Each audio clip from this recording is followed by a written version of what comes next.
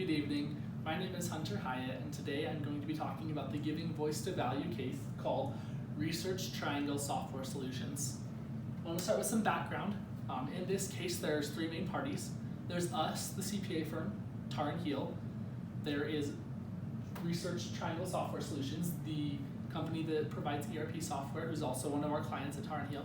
And then there's a manufacturing company who's looking for an ERP software and has hired us to provide one for them or to find the best one. Steve is the person in charge, and we're kind of thinking as we're Roseanne. We've came with the idea and we've presented that out of the 4 options we chose, that Research Triangles is the best and they should go with that.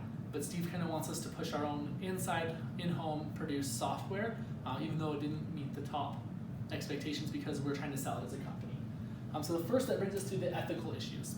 The first is, to whom are we responsible as Tar and Heel? We have our own software we're trying to sell, but a client has also reached out to us and they want the best software for them. Another thing is we have some inside information. With Triangle Solutions, we know that they have a going concern issue, and if they don't get customers, they'll go out of business, even though that's not necessarily public knowledge.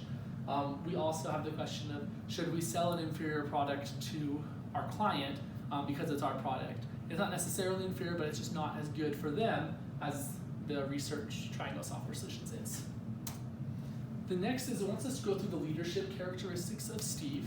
We can see he's kind of passive and a follower. In the case, he doesn't necessarily tell her she has to change, but he asks her to reconsider because he's trying to meet the internal goals, and it kind of shows that he's not ethical and that he's more of a follower of his leaders as he's trying to push this other software rather than what's best for the client.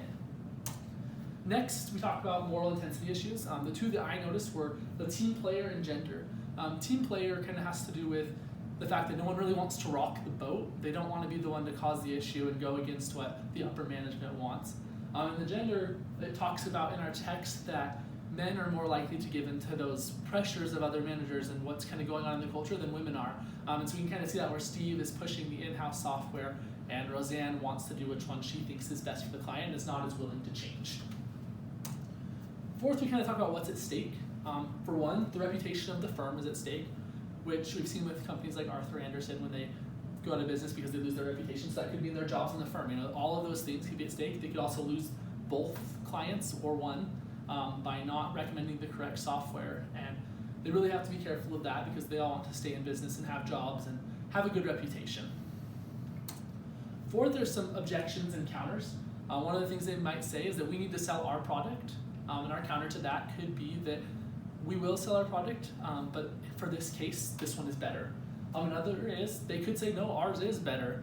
And we'd want to counter that with them to show us how, let them tell us how it's better, but that from our analysis, for them, Research Triangles is better.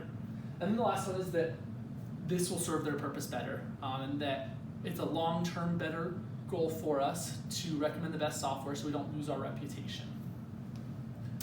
Lastly, my final response would be, we need to give the best possible product to the manufacturing company, whether or not it's our in-house product, because we want the reputation of being honest and fair and not just doing what's going to make us the most money.